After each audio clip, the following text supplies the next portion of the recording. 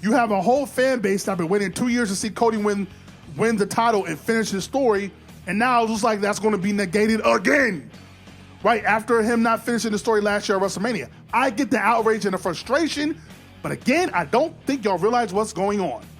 I don't think y'all really paid attention. You saw The Rock come out, and you're like, ah! And like you just went crazy.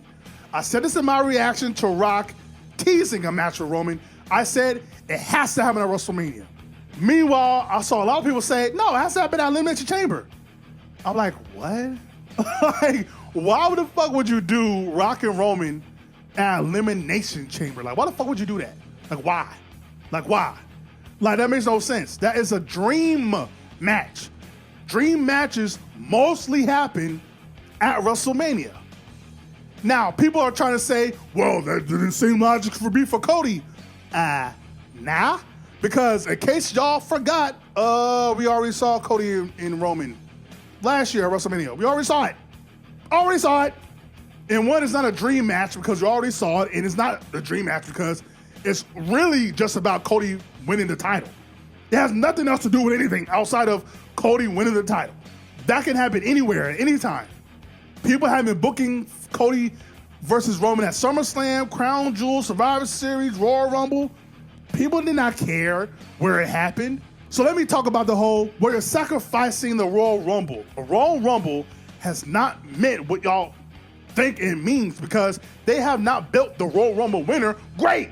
3 people in 18 years, only 3 people have actually main evented WrestleMania and won the title at WrestleMania. John Cena, Drew McIntyre, Becky Lynch. All other Royal Rumble winners have either not main evented WrestleMania that year or lost their title match.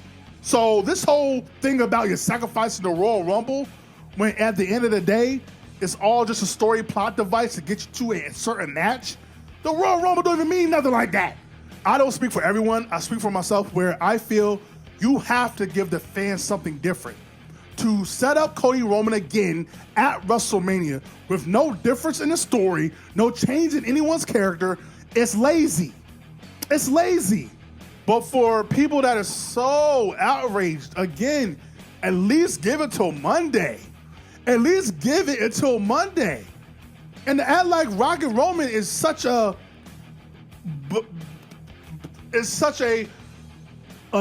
illogical match and shouldn't be happening. Like it's not a dream match that people have been asking for a decade.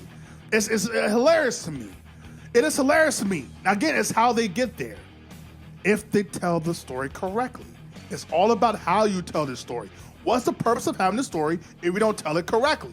If Rock comes in, is going to be in the corner of Cody at Elimination Chamber and prevent the bloodline from interfering, and Cody finally wins the title to set up Rock and Roll at WrestleMania, chef's kiss is perfect storytelling. But if Rock just comes in, not having to win the Rumble, not winning a match, and automatically gets a match with Roman at WrestleMania for the title, then I agree with everything that y'all are saying. I agree with the outrage. I agree with all that. This is not when Batista came back and took Daniel Bryan's spot. This is not when Brock Lesnar came back and took everybody's spot. This isn't when Goldberg came back and took Chris Jericho and Kevin Owens' spot. It is not that. This is not when Goldberg came back and took The Fiend's spot. It is not that. But again, this story isn't as great as y'all make it seem to be. It's not. It's not. It's no story outside of Cody wanting to win the title that he has not done any type of thing to fight for outside of win a Rumble. Like, let's be honest. He's done nothing to try to fight to get that Roman match at all.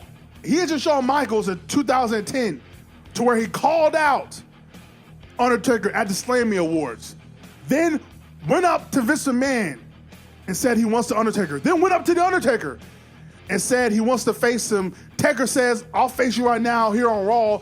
And Shawn Michaels said, no, if I'm gonna face you again, I know I can beat you. It has to be at WrestleMania because that is where you have the streak that's unbeatable. And I'm Mr. WrestleMania. I'm Mr. Showstopper. I'm Mr. Main Event.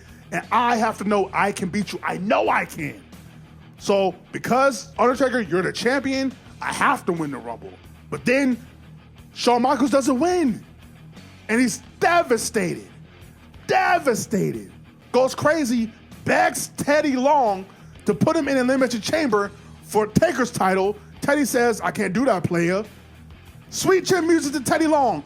Triple H says, are you crazy, bro? You about to end your whole career. You about to mess everything up. Shawn is like, if I don't get Taker at WrestleMania, I have no career. Then at Elimination Chamber, when Undertaker has Jericho down for the count and about to retain his World Heavyweight title, out of nowhere comes Shawn Michaels to Sweet Chin Music Taker, costing him his title as Jericho wins, who Jericho at one point had one of the best rivalries with Shawn Michaels, but Shawn Michaels is so obsessed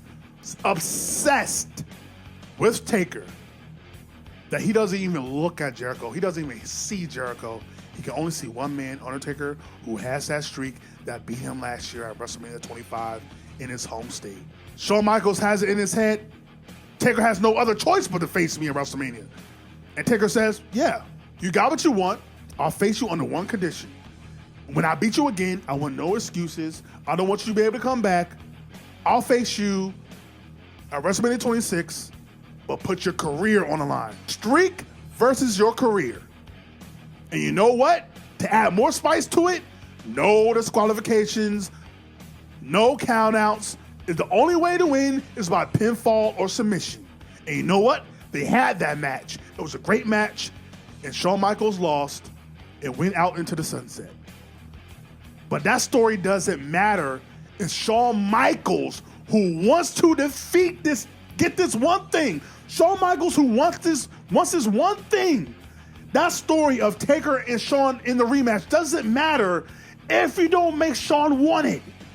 If you don't make him obsessed about it. If you don't tell that story that I'm going to do everything in my power to get this match. That's what is missing from this story. Cody had done none of it. All he did was win the Rumble again. So the truth about this story is it's mid. The only thing y'all care, the only thing about this story y'all that is great, that you truly care about, is Cody Rhodes himself. But Cody Rhodes finishing the story is mid. He's done nothing for a year to try anything of anything to get this match with Roman, outside of winning a match that he already won a year ago in the Rumble. So yeah, if you want to be honest, if you want to shoot, this whole Cody Rhodes finishing the story is mid, because they have done nothing with Cody Rhodes' character, with putting any obstacles in Cody Rhodes' way to get him to try to get this match again.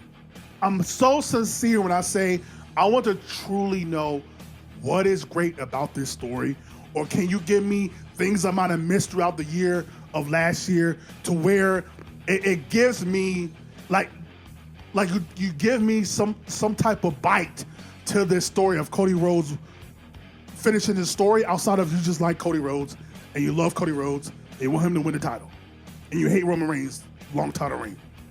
If you could give me that, then fine. But I need you, like, I don't need you. I will really, really, give me what I want.